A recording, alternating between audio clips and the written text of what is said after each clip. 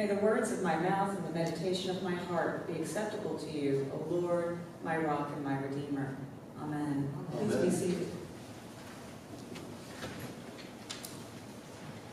It's the scene that everybody remembers from the movie Steel Magnolias. You know the movie, Julia Roberts, Sally Field. At the end of the movie, the women are all gathered in the cemetery, and Malin, played by Sally Field, finally breaks down over the death of her daughter.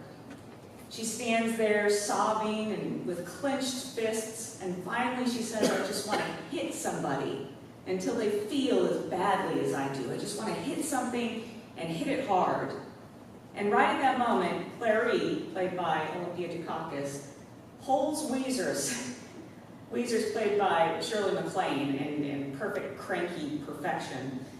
And she thrusts Weezer at Malin and she says, here, hit this. We can sell t-shirts saying, I slapped Weezer Boudreaux. When I was 17, I had the pleasure of playing Malin in our high school's production of Steel Magnolias. The play is a little different from the movie. The entire play takes place in Truvy's beauty salon. And right before the scene that I just described to you, in the play, Malin actually has another monologue where she discusses the final moments with her daughter in those final days in the hospital. She describes sitting there with Shelby every day and working on her arms and her legs, moving them to keep the circulation going. She says that she tells the nurses they're doing their Jane Fonda. And she describes those final moments when they turn off the machines, when they take her daughter off life support. She described how, one by one, the men all left the room. First her husband, then her son-in-law. Malin says, men are supposed to be made of steel. But in the end, it was just her and her daughter. Hence the title, Steel Magnolias, all these women as beautiful as magnolia blossoms, but not to be underestimated. They were made of steel. Malin's final moments with Shelby remind me of another mother, spending time with her son, in this case, during his final moments. We are told in John chapter 19, verse 25, that Jesus' mother Mary was standing at the cross as he died. The word standing is very important here. As Father Richard Rohr points out in his book Just This, quote, standing would not be the normal posture of a Mediterranean woman who is supposed to wail and lament in this situation. But here's Mary, standing in silence with her son. I can imagine, as you might, that in this moment, Mary was reliving her life with her son, that at the moment of her son's death, it was her life with him that flashed before her eyes, his conception, the journey to Bethlehem, the birth, the flight to Egypt, the wedding at Cana, the times she sought him out again and again as he preached, all the times she feared for his life, and now this, standing at the foot of the cross. All she sacrificed for her son, and I have no doubt that at that moment, as she watched him suffer and die, she would have traded her life for his. Not because he was the Son of God, but because he was the son of Mary. Not because he was God's son, but because he was hers. True life, true sacrifice. Mary is the epitome of this, but the Bible is filled with mothers who show themselves to be of amazing strength and faith. Remember for a moment Sarah's slave, Hagar, pregnant with Abraham's child, fleeing into the desert to escape Sarah's abuse, only to be told by God's angel to turn around and go back. Go back to Sarah. Go back with only a promise that God will do something with her son's line. Can you imagine the strength it took, the faith it took for Hagar to go back to Sarah, to go back to such a horrible situation with only a promise that at some time in the future, God will bless her son? Or what about Jochebed, the mother of Moses, who, after attempting to hide her son for 3 months from Pharaoh's decree that all Hebrew newborn boys be drowned in the Nile, places her son in a basket and sets him adrift among the reeds of the Nile? Honestly, it doesn't seem like a wise thing to do. What does she think is going to happen to Moses floating in the Nile? In fact, her actions seem very irresponsible, don't they? Except when you consider this.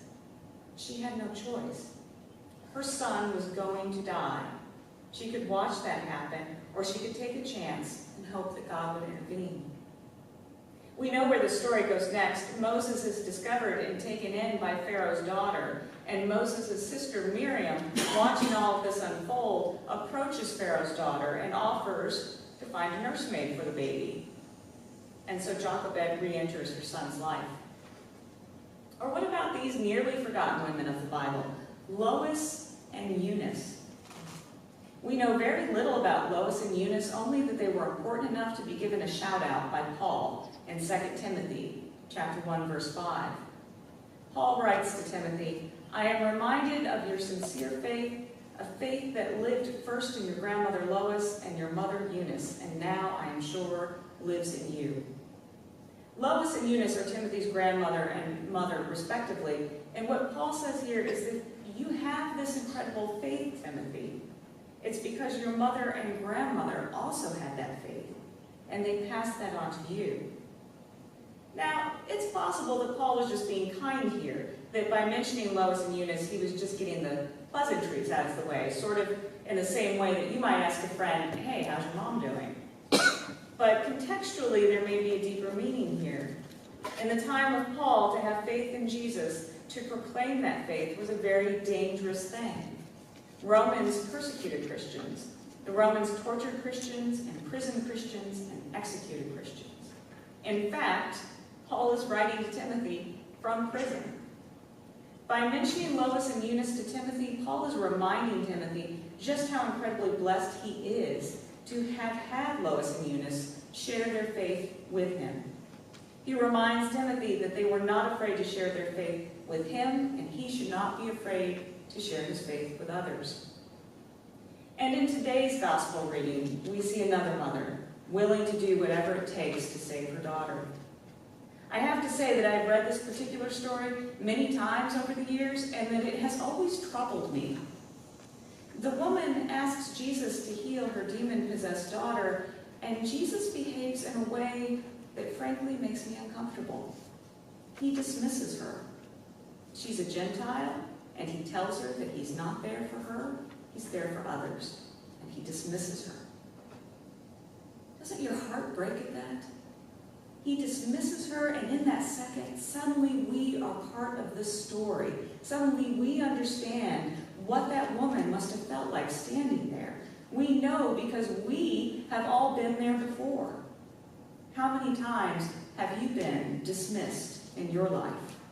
How many times have you cried to God in prayer and been met with silence? How many times have you felt dismissed by God? But like Hagar, like Jochebed, like Mary, this mother is willing to do whatever it takes to save her daughter. She is not going to back down. She is not going to be dismissed. Jesus tells her, "Let the children be fed first, for it is not fair to take the children's food and throw it to the dogs." Now, if Jesus had said those words to me, my first thought would have been, did Jesus just call me a dog? And my second thought would have been, run away, run away. But this woman stands firm. She doesn't run away. She doesn't even beg. Instead, she uses his argument to make her own. And she says, "Sir, even the dogs under the table eat the children's crumbs." And just like that, Jesus tells her that her daughter has been healed, rewarding not just her faith, but her determination, her strength, and her perseverance. The surprise here is that we are so caught up in Jesus' behavior with the woman that we lose sight of the fact that by dismissing her, he was giving her the opportunity to show him what she was really made of, her true character. Jesus in this instance is not cold, but merely waiting, holding his breath and waiting for the woman to reveal her true nature to him and to herself. And what is that nature? That she would do anything for her daughter. That she is smart, witty, and unafraid. That like Job, she has the strength of character to stand before God and question him. But more than that, The woman's behavior with Jesus confirms what Paul would later tell us in Romans chapter 5, verse 5. That is, hope does not disappoint. And why does hope never disappoint? Because, as the verse goes on to read, God's love has been poured into our hearts. We see evidence of that in Mary and Hagar and Jochebed and Lois and Eunice. Truly, if we want to see God's love, we need only to look to our mothers. Amen. Amen.